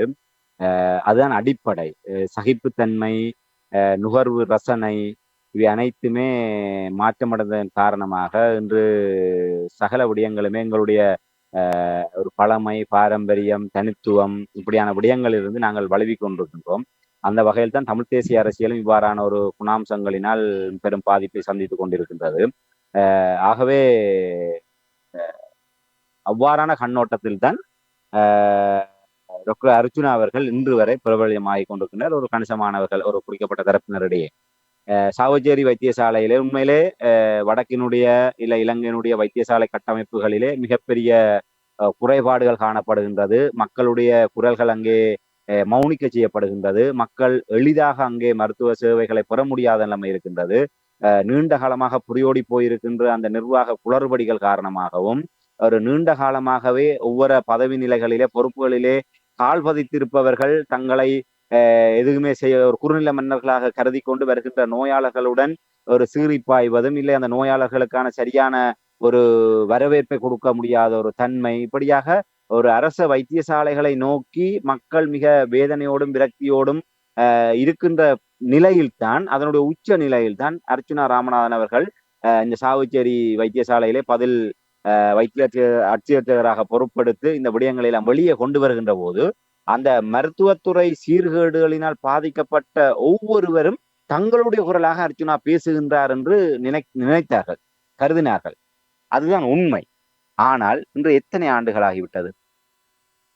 சொல்வார்கள், கூரை ஏறி கோழி பிடிக்க முடியாதவன் வானம் ஏறி வைகுண்டம் போனானாமன். நாங்கள் அப்போதே தெளிவாக சுட்டி காட்டியிருந்தோம், டாக்டர் அர்ச்சுனா அவர்கள் ஒரு மருத்துவர். அதைவிட அந்த மருத்துவ நிர்வாகம் தொடர்பாக படித்து பட்டம் பெற்று அதற்காக நியமிக்கப்பட்ட ஒருவர். ஆகவே பதில் வைத்திய அட்சியராக சாவச்சேரி வைத்தியசாலையில பொறுப்படுத்த போது அவரே கூறியிருக்கிறார். நான் நினைக்கிறேன் அப்போது ஒரு 30 கிட்ட அங்கே வைத்தியர்கள் இருக்கின்றார்கள். அதில் 25க்கு மேற்பட்டவர்கள் தன்னோடு மிக இணக்கமாக இருக்கின்றார்கள். ஒரு சிலர் தான் அவர்கள் அங்கே ஒரு குழப்பத்தை ஏற்படுத்தி கொண்டிருக்கின்றார்கள் என்று. அப்ப ஒரு 30 பேர் பணியாற்றுகின்ற இடத்துல 25க்கு மேற்பட்டவர்கள் உங்களோடு இணக்கமாக இருக்கின்ற போது சரியான ஒரு தலைமை நிர்வாகியாக இருந்தால், சரியான நிர்வாக ஆளுமை உள்ள ஒருவராக இருந்தால், இல்லை மருத்துவத்துறையை சீர்படுத்த வேண்டும் என்ற அக்கறை இருந்திருந்தால், அந்த சாவச்சேரி வைத்தியசாலையிலே உங்களுக்கு கை கட்டி அந்த அதிகாரத்தை வைத்துக்கொண்டு உங்களுக்கு இணங்கி வர முன்வந்த அந்த 25க்கு மேற்பட்ட வைத்தியர்களை வைத்துக்கொண்டு நீங்கள் முன்மாதிரியாக சாவச்சேரி வைத்தியசாலை நடத்தி காட்டியிருக்க வேண்டும். இன்றைக்கு இலங்கையிலேயே இப்ப நீங்கள் ஏதோ நீங்கள்தான் பெரிய மருத்துவ புரட்சியாளன் என்பதாகவும் ஊழல் முறைகேடுகளுடைய புரட்சியாளனாகவும் அதை மீட்டெடுக்க வந்த ஒரு கதாநாயகனாகவும் உங்களை தேவதூதனாகவும் நீங்கள் காட்டிக்கொண்டது உண்மையாக இருந்தால் நீங்கள் அந்த சாவச்சேரி வைத்தியசாலையில இருந்து கொண்டு அதனுடைய வாழ்நாள் வைத்திய அத்தியட்சகர் என்கின்ற பொறுப்பு நிலையை எடுத்து அந்த சாவச்சேரியை ஒரு ரோல் மாடலாக இலங்கையில இருக்கக்கூடிய அரச வைத்தியசாலைகளிலே முன்மாதிரியான வைத்தியசாலையை நீங்கள் மாற்றி காட்டி இருந்தால் அதுதான் தலை சிறந்த பணியாக இருந்திருக்கும். அதை விட்டு உங்களுடைய துறையை விட்டு அரசியலுக்கு அரசியலுக்கும் சம்பந்தம் இல்லாமல் மருத்துவத்துக்கும் சம்பந்தம் இல்லாமல் பைத்தியகாரத்தனமா உளறிக்கொண்டு இப்படியெல்லாம் இல்ல அந்த போற வார எல்லாரையும் கடிச்சு வச்சுக்கொண்டு உண்மையில அந்த ரோட்டு வழிய நாங்கள் அவரை ஒப்பிடுவதற்காக சொல்லவே ஒரு உவமைக்கு சொல்கின்ற போது உண்மையில ஒரு ரோட்ல இருக்கக்கூடிய ஒரு ஒரு வெறி நாய் அதை கட்டுப்படுத்த முடியாது. அது தனக்கு தோன்றுவர்கள் எல்லாம் பாய்ந்து பாய்ந்து கடிக்கும். அதே போன்ற ஒரு நிலைமை தான் தமிழ் தேசிய அரசியல் வந்திருக்கின்றது. டாக்டர் அர்ஜுனா அவர்கள் அவருக்கே ஒரு இலக்கு தெரியாது. அவருக்கு அந்த நேரம் என்ன தோன்றுகின்றதோ அதை செய்வார். இவரை கடிக்க வேண்டும் போல் இருந்தா கடிப்பார், இவரை பிராண்ட வேண்டும் போல் இருந்தா பிராண்டுவார். அப்ப நீங்க ஒரு மருத்துவராக அந்த மருத்துவத்துறையை சீர்படுத்தி அதிலே உங்களை நீங்கள் நிலைப்படுத்தி இருந்தால் இந்த தமிழ் இனம் கொண்டாடி இருக்கு. உங்களுடைய போராட்ட பின்னணி ஒரு அனுதாபமாக வைத்துக் கொண்டு என்று சீமானவர்களை விமர்சிக்கின்ற அர்ஜுனா அவர்கள் இவருக்கும் போராட்டத்துக்கும் என்ன பங்களிப்பு இருக்கின்றது? தமிழ் தேசியத்துக்கு இவர் என்னத்தை அர்ப்பணம் செய்திருக்கின்றார்? இவருடைய தந்தை காவல்துறை தமிழீழ காவல்துறையிலே ஒரு அதிகாரியாக இருந்தார் என்பது அது வேறு விடயம். அது அவருடைய தியாகம். அவருடைய தியாகத்தை வைத்துக்கொண்டு நீ அடுத்தவனை கை நீட்டி குறைவுன்ற அளவுக்கு சுட்டி காட்டுகின்ற அளவுக்கு உனக்கு என்ன தகுதி இருக்கின்றது? நீ என்ன செய்திருக்கின்றாய்? இதற்காக சீமான் தேசிய பாதுகாப்பு சட்டத்திலே இத்தனை ஆண்டுகள் சிறை இருந்தார். எவ்வளவு தூரம் தன்னுடைய வாழ்க்கையை இழந்து தன்னுடைய வருமானத்தை இழந்து தன்னுடைய திரைத்துறை எதிர்காலத்தை இழந்து இந்த அரசியலுக்காக தமிழ் தேசத்துக்காக நிற்கின்றார் என்று சொன்னால் அவர் இழந்த தியாகங்கள் அவர் அவ்வளவுக்கு தன்னை தகுதியானவராக மாற்றி வைத்திருக்கின்றார். அதே போல நீ உன்னுடைய பாராளுமன்ற உறுப்பினராக இருக்கக்கூடிய அர்ச்சுனா அவர்கள் வைத்தியத்துறையில் அதை செய்திருக்க வேண்டும். ஒரு கட்டத்தில் என்ன சொன்னார்? யாழ் போதனா வைத்தியசாலையினுடைய பணிப்பாளராக இருக்கக்கூடிய சத்தியமூர்த்தி அவர்களுடைய அந்த இடத்தை தந்தால் நான் சகல விடயங்களை விட்டு நான் ஒதுங்கி விடுவேன் என்று. ஆக இவருடைய இலக்கு என்பது யாழ் போதனா வைத்தியசாலையினுடைய பணிப்பாளராக இருக்கக்கூடிய வைத்திய கலாநிதி சத்தியமூர்த்தி மற்றும் யாழ் மாவட்ட சுகாதாரத்தை பணிப்பாளராக இருக்கக்கூடிய வைத்திய கலாநிதி கேதீஸ்வரன், இந்த 2 பேர் மீதான வன்மத்தையும் அந்த 2 பேருக்கு எதிராக ஒரு உளவியல் யுத்தத்தை அவர்கள் மீதான ஒரு நம்பகத்தன்மை ஏற்படுத்துவது இன்று அவர் எதையுமே நிரூபிக்கவில்லை இன்று வரை. டாக்டர் கேதீஸ்வரன் அவர்கள் தனியார் மருந்தகங்களுக்கு அரச வளங்களை பயன்படுத்தி கள்ளச்சந்தையிலே மருந்துகளை விற்றார். இளைஞர்களை போதைக்கு அடிமையாகக்கூடிய அந்த போதை மாத்திரைகளை தன்னுடைய இந்த பதவி நிலையை வைத்துக் கொண்டு விற்பனை செய்தார், சமூகத்தை சீரழித்தார் என்பதெல்லாம் பல்வேறு குற்றச்சாட்டுகளை கூறினார். இன்று வரை அந்த வழக்கு நீதிமன்றத்தில் முன்னெடுக்கப்பட்டு கொண்டிருக்கின்றது. ஒரு சாட்சியத்தையாவது இவரால் அதில் நிரூபிக்க முடியவில்லை. இதெல்லாம் வெறுமனே ஒரு குற்றஞ்சாட்டுவது. நாங்கள் மீண்டும் சொல்லக்கூடிய விடயம் என்னவென்றால் இவர் ஒரு சரியான ஒரு ஆளாக இருந்தால் இன்று அவரை பின்பற்றுபவர்கள் அவர் இதையாவது செய்கின்றாரானே என்று சொல்பவர்கள் எல்லாம் சொல்வதற்கு தேவையில்லை. ஆட்கள் நீங்கள் குறிப்பிட்டதை போன்று எல்லோருக்குமே தெரியும். நாங்கள் ஆரம்பத்திலிருந்து 17 ஆண்டுகளா சொல்கின்ற விடயம் தமிழ் மக்களுக்கு என்ன பிரச்சனை என்பது உலகத்துக்கே தெரியும். உண்மையிலே ஒரு அடிக்கடி உதாரணமாக நாங்கள் சொல்கின்ற விடயம் ஒரு நோயாளரோடு இன்னொரு உதவிக்கு செல்வார். உண்மையில அவர் ஒரு பேசக்கூடிய நிலைமையில இருக்கின்ற போது அவருக்கு ஒரு ஆள் தேவையில்லை. இல்லை அவருடைய நோய் நிலையை பார்க்கின்ற போது அவர் அங்கே ஒரு தொடர்ச்சியான இருமலோடு செல்கின்றாரா இருந்தால் அங்கே போய் இருமி கொடுக்கின்ற போது எதிரே இருக்க மருத்துவருக்கு தெரியும் அவர் என்ன நோயினால் இல்லை அவருக்கு இன்னொருவர் போய் எடுத்து கொடுத்தான் சொல்ல வேண்டும் என்ற நிலைமை இல்லை. அதே போன்று தமிழ் மக்களுக்கு என்ன பிரச்சனை என்பது ஒட்டுமொத்த உலகத்துக்குமே நன்றாக தெரியும். என்ன வேண்டும், என்ன செய்ய வேண்டும், என்ன பிரச்சனை என்பது தெரியும். ஆகவே தமிழ் மக்களை பொறுத்தவரையிலே ஒரு சிறந்த ஒரு வைத்தியரைத்தான் எதிர்பார்க்கின்றார்களே தவிர, அதாவது பிரச்சனைகளுக்கு தீர்வு காணக்கூடிய, தீர்வை பெற்றுத்தரக்கூடிய, இல்லை தீர்வை காட்டக்கூடிய ஒரு வைத்தியராக, ஒரு வைத்திய உவமையிலே நாங்க சொல்வதாக இருந்தால், ஒரு மருத்துவர், அப்படியான ஒரு மருத்துவர் வழிகாட்டக்கூடிய ஒருவர் தான் தேவைப்படுகின்ற. ஒரு கூட சென்று இவருக்கு 10 நாளா காய்ச்சல் தலைவலி இருக்குன்னு சொல்லக்கூடிய ஒரு ஒரு அட்டெண்டனையோ இல்லை நோயாளரோடு இருக்கக்கூடிய ஒரு உதவியாளரோ மக்கள் எதிர்பார்க்கவில்லை. ஆகவே டாக்டர் அர்ஜுனா அவர்கள் இந்த விடயங்களை எல்லாம் சொல்கின்றார் என்பதற்காக அவரை தலையில துப்பித்து கொண்டாட விடும். அவர் செய்கின்ற வேலை என்பது குளவி கூட்டு கல்லறிவது. குளவி கூட்டு கல்லறிவது என்பது ஒரு மனோவியாதி பிடித்தவர்களுடைய செயல்பாடு. ஒரு குளவி கூட்டுக்கு கல்லறிவது உண்மையில குளவி கூட்டை கலைத்து அந்த தேனை எடுப்பவர்கள் அதை நுட்பமாக கையாள்வார்கள். அதற்கென்று சொல்லி வழிமுறைகள் இருக்கின்றது. அமாவாசை இருட்டிலே போய் அதை எடுப்பார்கள். அதற்கு அவர்கள் அந்த தேனீயினால் பாதிப்பு வராத வகையிலே தங்களை தற்காத்து கொண்டு என்றால் அது அவர்களுடைய உழைப்பு, அவர்களுக்கான தொழில். அந்த தேனை எடுப்பது என்பது அவர்களுடைய தொழில். ஆகவே அந்த தொழிலே ஆபத்துக்கு, எல்லா தொழிலும் ஆபத்து இருக்குன்னு, அதே போல தேன் எடுக்கின்ற தொழிலும் ஆபத்து இருக்கு. அந்த ஆபத்தை எவ்வாறு தாங்கள் எதிர்கொள்வது, அதை எவ்வாறு பாதுகாத்துக் கொள்வது என்பது தொடர்பான முன்னேற்பாடுகளோடு அந்த தேனை எடுப்பார்கள். ஆனா குளவிக்கூடு கல்லறிவர்கள் அப்படி அல்ல. அவர்கள் ஒரு விதமான ரகம், வீதியாலே சென்று கொண்டிருப்பார்கள். அவர்கள் எல்லாம் ஒரு குரூரமான மனம் படைத்தவர்கள். இவர்கள் தப்பி விடுவார்கள். ஒரு வீதியாலே சென்று கொண்டிருக்கின்ற போது ஒரு மரக்கோப்பில குளவி கூடி இருக்கும். இவர்கள் கல்லறிந்து விட்டு ஓடி விடுவார்கள். அதால் வருகின்ற அப்பாவி பொதுமக்கள் அந்த குளவியினால் கடிபட்டு பாதிப்பு அல்லலுக்குள்ளாகின்ற போது இவர்கள் மறைந்திருந்து ரசிப்பார்கள். அது ஒரு விதமான ஒரு குரூரமான மனம் படைத்த வெளிப்பாடு. அப்படிப்பட்ட ஒரு நபர் தான் டாக்டர் அர்ஜுனா அவர்கள். மருத்துவத்துறையாக இருக்கட்டும், இல்லை தமிழ் தேசிய அரசியலாக இருக்கட்டும், அதன் மீது அந்த குளவிக்கு கல்லறிவதை போன்று எல்லாவற்றையுமே கல்லறிந்து குழப்பி விடுவது. ஆனால் கல்லறிவதற்கு எங்களுக்கு நபர்கள் தேவையில்லை. அது கல்லறிபவர் உண்மையிலே கல்லறிகின்றார் என்பதற்காக நாங்கள் உண்மையிலே அந்த குளவி கூட அதிலே இருக்கின்ற ஒருவர் தான் அதிலே நன்மை அடைவார். அந்த குளவி கூடு இருப்பதனால் பாதிக்கப்படுகின்ற அந்த வீட்டுக்காரரோ இல்லை அந்த இடத்துல இருக்கக்கூடிய ஒருவர். ஆனால் அதனால் எத்தனையோ பேர் பாதிக்கப்படுகின்றார்கள். அப்படி யாருமே பார்ப்பதில்லை. ஆகவே டாக்டர் அர்ஜுனா அவர்கள் இதையெல்லாம் பேசுகின்றார்கள் என்பதற்காக நாங்கள் தலையில வைத்து கொண்டாடுவ முடியாது. அப்படி கொண்டாடுபவர்களும் உண்மையிலே நீங்கள் குறிப்பிடுவதை போன்று ஒரு படித்தவர்களாக இருப்பவர்கள் கூட டாக்டர் அர்ஜுனா அவர்கள் இப்படியான ஒரு ஆள் தேவைதான் என்று கருதுகின்ற ஒரு நிலைமை என்று சொன்னால், அப்ப நாங்கள் எல்லாம் என்ன செய்யவும்? இப்படியானவர்களிடம் அந்த பொறுப்பை ஒப்படைத்து விட்டு நாங்கள் எங்களுடைய வேலைகளை பார்த்து கொண்டிருப்போமாக இருந்தால் இப்படியான நிலைதான் எங்களுக்கு வரும். ஆகவே டாக்டர் அர்ஜுனா என்பவர் என்னை பொறுத்தவரை எந்த ஒரு கோணத்திலும் நாங்கள் ஒரு ஆரோக்கியமாக கருதிவிட முடியாது. தமிழ் தேசியத்தை சிதைப்பதற்காக சுமந்திரன் தொடக்கி வைத்த அந்த தமிழ் தேசிய சிதைப்பை இப்போது டாக்டர் அர்ஜுனா என்கின்ற இன்னொரு முகத்தினூடாக முடிவுரை எழுதுவதற்கு, என்றால் இப்போது சுமந்திரன் அவர்கள் அதை முடித்து வைத்து அவர் அதிலிருந்து வேறு ஒரு இலக்கை நோக்கி அவர் பயணிக்க எத்தனித்துக் கொண்டிருக்கின்றார். ஆகவே இவர்களுக்கு தேவை முற்று முழுதாக இப்படியான, என்றால் இதெல்லாம் ஒரு ஒரு அடையாளங்கள் என்று முதல் உங்களுக்கு என்னது தமிழ் தேசியம் என்று சொன்னால் அந்த ஒரு விடுதலை புலிகளுடைய அந்த கொள்கையின் வழி வந்திருக்க வேண்டும். அந்த விடுதலை போராட்டத்தோடு தொடர்பட்டவர்களாக இருக்க வேண்டும். மாவீரர்கள் போராளிகள் மீதான மதிப்பு மரியாதையோடு இருக்க வேண்டும். மக்களிடம் நன்மதிப்பு பெற்றவர்களாக இருக்க வேண்டும். மக்களுக்கு உண்மையாக விசுவாசமாக இருக்க வேண்டும். இல்லை தமிழ் தேசியத்திலே நீண்ட காலமாக பயணிப்பவர்களாக இருக்க வேண்டும்.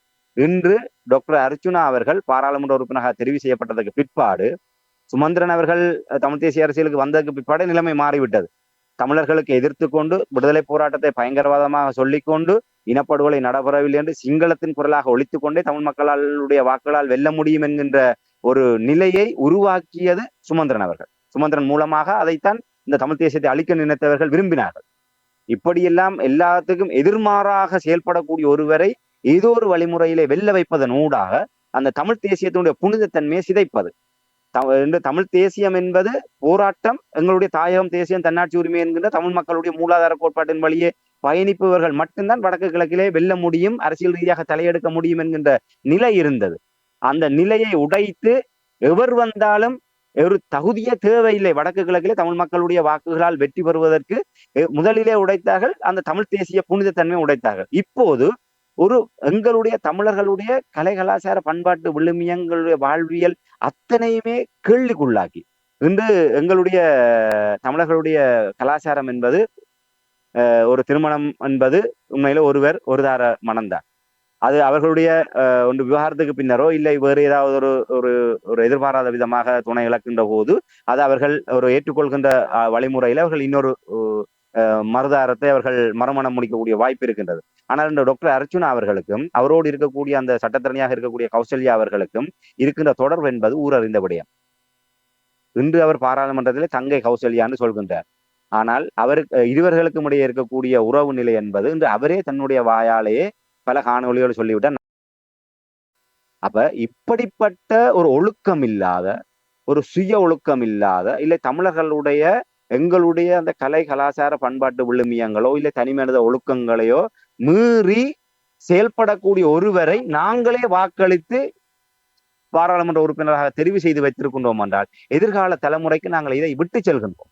இனிமேல் தமிழ் தேசிய அரசியல் என்பது தமிழ் தேச விரோதிகளினாலும் இப்படியான தனிமனித ஒழுக்கம் இல்லாதவர்களினாலும் இட்டு நிரப்ப முடியும் என்பதற்கான ஒரு தொடக்கமாக சுமந்திரன், அர்ச்சுனா போன்றவர்கள் எங்கள் மத்தியில் உலாவி கொண்டிருக்கின்றார்கள்.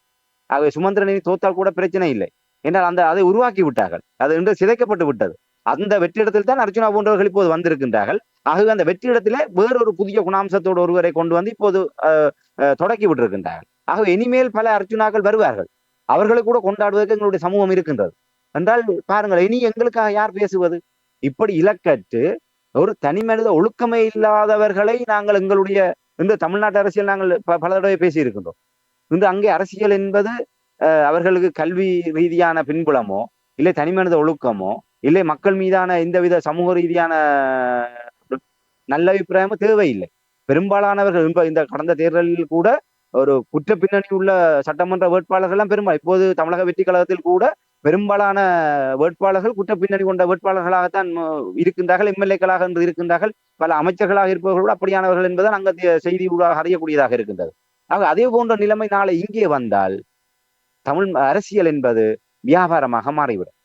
தமிழ் தேசியம் என்பது அரசியல் வியாபாரமாகிவிட்டால் தமிழர்கள் நாதியற்றவர்களாகி விடுவார்கள். தமிழர்களை அவ்வாறு கூறு போட்டு நாலு வேறு வேறு விடயங்களுக்காக தமிழ் மக்களை திசை திருப்புகின்ற போது எங்களுடைய தாயகம், தேசியம், தன்னாட்சி உரிமை என்கின்ற அந்த மூலாதார கோட்பாடு என்பது இரண்டாம் பட்சமாக்கப்பட்டு எங்களுடைய வடக்கு கிழக்கு தாயகம் என்பது பிரிக்கப்பட்டு தையிட்டியை போன்று 1000 விகாரைகள் வடக்கு கிழக்கிலே வந்து எங்களுடைய ஒவ்வொரு முற்றங்களிலும் புத்தபிரான் வலுக்கட்டாயமாக கொண்டு வந்து குடி வைக்கப்பட்டு வடக்கு கிழக்கு என்பது கபலீகரம் செய்யப்பட்டு முற்றுமுழுதாக இலங்கை சிங்கள தீவாக மாற்றப்படுகின்ற நிலைமை பாருங்கள். எங்கே இது வருகின்றது? அந்த தமிழ் தேசியம் சிதைக்கப்பட்ட போது இப்படியான ஆபத்துகள் இந்த இடத்தில் தான் வந்து முடியும். ஒட்டுமொத்த இலங்கை தீவும் சிங்கள பௌத்த தீவாக மாறுகின்ற நாள் எங்களுடைய வெகு தொலைவில் இல்லை. இப்படியானவர்களை எல்லாம் நாங்கள் இவர்களை எல்லாம் இதை செய்கின்றார்கள் அதை செய்கின்றார்கள் என்று நாங்கள் ஏற்றுக்கொள்வதன் ஊடாக எங்களை நாங்கள் முன்ன குறிப்பிட்டதை போன்று நாங்கள் அதற்கு இசைவாக்கம் அடைகின்றோம். நாங்கள் சகிப்புத்தன்மை உடையவர்களாக மாறுகின்றோம். சில விடயங்களுக்காக, சில ஏமாற்றங்களுக்காக இதை நாங்கள் ஏற்றுக்கொள்ள தயாராகின்றோம். அந்த சமரசம் என்பது இந்த இடத்திலே வந்து தமிழ் தேசியத்தை முற்றுமுழுதாக வேறறுத்து இப்படியான ஒரு கையறு நிலைமையில கொண்டு வந்து எங்களுடைய தேசத்தை விட போகுது. ஆகவே அர்ச்சுனா அவர்கள் இந்த விடயங்களை எல்லாம் சொல்கின்றார் என்பதற்காக ஒரு கணம் அர்ச்சுனா அவர்களை ஆதரிப்பவர்கள் ஒரு கணம் நீங்கள் சில ஆண்டுகள் பின்னோக்கி சிந்தித்து பாருங்கள். சாவகச்சேரி வைத்தியசாலையில இடம்பெற்ற இவர் சொன்ன அத்தனை விடயங்களும் இன்று சீரமைக்கப்பட்டிருக்கின்றதா? அங்கே இன்று தேனாரும் பாலாரும் ஓடுகின்றதா? இதை நீங்கள் சிந்தித்து பாருங்கள். இந்த கேள்விக்கு நீங்கள் சரியான விடையை தேடுவீர்களாக இருந்தால் டாக்டர் அர்ச்சுனா அவர்கள் எப்படிப்பட்டவர், அவரை தொடர்ந்து நீங்கள் ஆதரிக்கலாமா இல்லையா என்பதை நீங்கள் முடிவெடுக்க முடியும். என்றால் அவர் செய்ய வேண்டிய மருத்துவராக செய்திருக்க வேண்டிய வேலை அது. அதையும் குழப்பி விட்டு வடக்கு மாகாண சுகாதாரத்துறையும் குழப்பி விட்டு இவர் இப்போது பாராளுமன்றத்தில் போய் பாராளுமன்றத்திலேயும் தேவையில்லாத வேலையை செய்து கொண்டு இப்ப கடல் கடந்து தமிழ்நாட்டிலையும் போய் அங்க போய் சொரிஞ்சு போட்டு இப்ப கடைசியாண்டா எல்லாரையும் கடிச்சு வச்சு போட்டு இவர் தன்னுடைய விடயங்களை இவர் செய்து கொண்டு போறார் என்று சொன்னால் இவர் யாருக்கானவர், இவர் எதற்கானவர், இவருடைய பயணம் என்ன என்பதை நாங்கள் சிந்தித்து பார்க்க வேணும். ஆக இதனுடைய பாதிப்பு நான் குறிப்பிட்டதை போன்று ஒட்டுமொத்தமாக தமிழ் தேசிய அரசியலுக்கும் ஈழத்தமிழர்களுக்கும் தான் இவரினால் ஏற்படக்கூடிய பாதிப்புகள், அந்த பாதிப்புகளிலிருந்து நாங்கள் மீள வேண்டுமாக இருந்தால் இப்படியான ஒரு பிரபலங்களுக்கும் இல்ல சமூக வலைத்தள ஆதிக்கத்துக்குள்ளும் நாங்கள் அகப்பட்டு விடாது சிந்தித்து சிந்தை தெளிவோடு தமிழ் தேசிய அரசியலை நாங்கள் அணுக முற்படுகின்ற போதுதான் நாங்கள் இந்த ஆபத்துகள் இருந்து விடுபட முடியும். இல்லை என்று சொன்னால் ஆபரேஷன் டாக்டர் அர்ச்சுனா என்பது கண்ணு கட்டிய தூரத்திலே அதனுடைய இலக்குகள் தெளிவாக தெரிகின்றது என்பதை தான் இந்த இடத்துல நான் வேதனையோடு பதிவு செய்ய முடியும். தமிழ் தேசியத்தினுடைய நிலைமையை பார்க்கும் பொழுது பரிதாபமாக இருக்கிறது. உண்மையாக நான் கூறுகிறேன். இன்னொரு நிகழ்ச்சியிலும் கூட நான் கூறியிருந்தேன். நாங்கள் எல்லாம் ஏமாற்றி கொண்டிருக்கின்றோமோ என்று கூட சிந்திக்க தோன்றுகின்ற என்று கூறினேன். ஏனென்றால் எந்த ஒரு திட்டமும் இல்லை, எந்த ஒரு வழிகாட்டலும் இல்லை. எவ்வாறு நாங்கள் நகர்ந்து செல்ல போகின்றோம், எங்களுக்கு ஒரு சின்ன ஒரு பொருளை அறக்குவதற்கு கூட அதிகாரம் இல்லாத தமிழினமாக இருக்கின்ற இந்த நேரத்தில் இவ்வளவு எல்லாம் பேசிக்கொண்டிருக்கிறார்கள். அப்பாப்பா, அந்த மனுஷன் சொன்னது போல் கடவுள் காப்பாற்றுவது ஒன்றே தான் முடியுமே தவிர வேறு ஒரு வழியும் இல்லை என்றது தான் என்னால் கூற முடியும். நன்றி ராமேந்திரன்.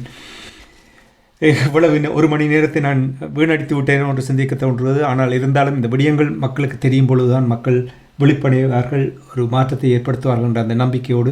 நிச்சயமான நாங்கள் எதுவுமே வீணாக போவதில்லை. நாங்கள் ஒரு இடத்துக்கு முன்னர் ஆரம்பத்திலே டாக்டர் அர்ஜுனா அவர்கள் இவ்வாறான இந்த குட்டை குழப்புகின்ற அரசியலை செய்கின்ற போதே இவருடைய நிகழ்ச்சி நிரலை மிக தெளிவாக நாங்கள் சுட்டிக்காட்டினோம். அப்போது எங்கள் மீது கல்லறிந்தவர்கள் காலப்போக நாங்கள் தனிமனித விருப்ப வெறுப்புகளின் ஊடாக இந்த விடயங்களை தரிசிப்பதில்லை. தமிழ் தேசியத்தினுடைய கண்ணோட்டத்திலே நாங்கள் அந்த தரிசனத்திலே நாங்கள் இந்த விடயங்களை பார்க்கின்ற போது இது எங்கே செல்ல போகின்றது, இதனுடைய பின்னணி என்பதை எங்களுடைய அனுபவத்தின் அடிப்படையில் ஆழமாக நாங்கள் வருகின்றோம். இன்று கசப்பாக இருந்தாலும் நாளை இதனுடைய உண்மைகளை எல்லோருமே உணர்வார்கள்.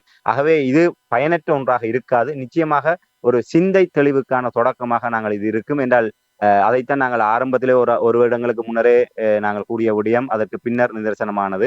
அந்த வகையிலே நாங்கள் இது ஒருபோதுமே வீணாக போவதில்லை. நாங்கள் மருந்து கசப்பாகத்தான் இருக்கும், ஆனால் அதை அருந்துகின்ற போதுதான் அதிலிருந்து குணமடைய முடியும். ஆகவே தமிழ் தேசிய எங்களுடைய செயல்பாடு என்பது ஒரு தமிழ் தேசியத்தை வெளிப்படைய செய்வது, அந்த அரசியல் விழிப்புணர்வின் ஊடாக எங்களுடைய மக்களை ஒரு சிந்தை தெளிவோடு அந்த விடுதலை வேட்கையோடு தொடர்ந்து பயணிப்பதற்கான அந்த நிலையிலே அவர்களை தக்க வைப்பதுதான் எங்களுடைய நோக்கம். அந்த வகையிலே இது என்னை பொறுத்தவரையிலே இது ஒரு பெருமதியான ஒரு பதிவாகத்தான் இருக்கும் என்று நம்புகின்றேன். நன்றி ராமேந்திரன். நிச்சயமாக நீங்கள் கூறுவது போல் மக்களுக்கு தெளிவுபடுத்த வேண்டும். அதைத்தான் நீங்கள் தொடர்ந்தும் பல வகைகளில் செய்து கொண்டு வருகிறீர்கள். அதற்காக உயிரோடை தமிழ் நண்பர்கள் சார்பாக உங்களுக்கு நன்றியை குறிக்கொண்டு நாங்கள் மீண்டும் ஒரு சந்திப்போம். நன்றி, வணக்கம். நிச்சயமான நன்றி, வணக்கம். எமது பார்வையாளர்களுக்கு வணக்கம். மக்களின் குரலாய் ஓங்கி ஒலிக்கும் இலக்கு மின்னிதழ் மற்றும் உயிரோடை தமிழ் வானொலி ஆகிய இவ்விரு ஊடகங்களும் உங்களைப் போன்ற எமது நேயர்கள் நண்பர்களின் ஆதரவிலேயே இயங்கி வருகின்றன. மிக குறைந்த வளங்களுடன் பல இடர்கள் மற்றும் தடைகளை தாண்டி பயணிக்கும் எமது ஊடகங்களின் பணிகள் மேலும் வளர உங்களால் முடிந்த நிதியுதவியை வழங்கி இன்னும் காத்திரமான செயற்பாடுகளை முன்னெடுக்க உதவுமாறு மிகவும் பணிவன்புடன் வேண்டி நிற்கின்றோம். உங்கள் பங்களிப்பு உங்களின் உரிமை குரலாய் ஓங்கி ஒலிக்கும். நன்றி.